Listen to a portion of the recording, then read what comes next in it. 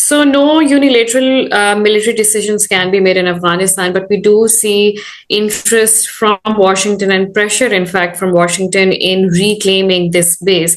What's the guarantee that if the US actually comes back, things would get better? I believe there is no guarantee, and that's precisely the point. Returning without a clear political roadmap would repeat the same mistakes. Military presence without political strategy is not a solution, it's just a cycle.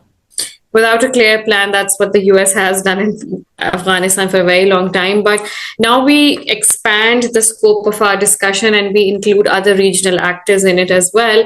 So, how would Russia, China, Pakistan, and Iran react to a US attempt to return to Bagram and back into the region that they've left 4 years ago? I believe all four would oppose it, but for different reasons, based on their interest, of course. China would see it as a security risk near Xinjiang. Iran would view it as an encirclement.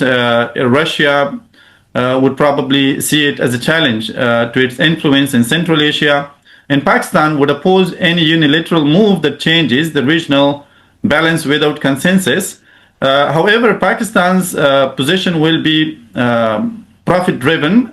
They will see their profit. If they have their interest in the US return to Afghanistan, they will definitely be happy for that. Otherwise, they will not be happy because they want more influence in Afghanistan as well.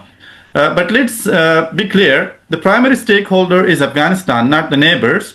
Regional opinions matter, but sovereignty belongs to Afghanistan and the people of Afghanistan only.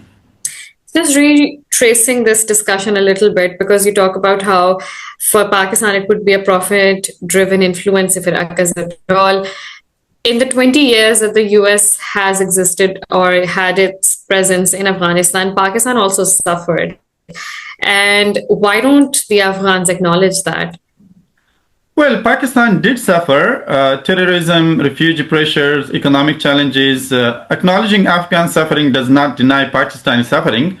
Both nations have paid a heavy price. That is exactly why neither of these two countries benefits from new instability around Bagram.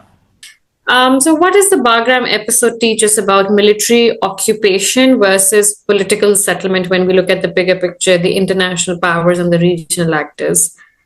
I believe the lesson is very simple. We understand that military power can create opportunities, but it cannot build political legitimacy. For 20 years, Afghanistan had world-class military infrastructure, but our political system lacked unity and long-term cohesion. When the political foundation weakened, the military structure could not stand alone. Stability in Afghanistan must come from political consensus, not foreign bases. And why should regional countries care about Bagram today? Because we do see pockets of conversation, but there's no cohesive sort of a narrative on what needs to be done at a regional level for Bagram. Because Bagram is a strategic barometer.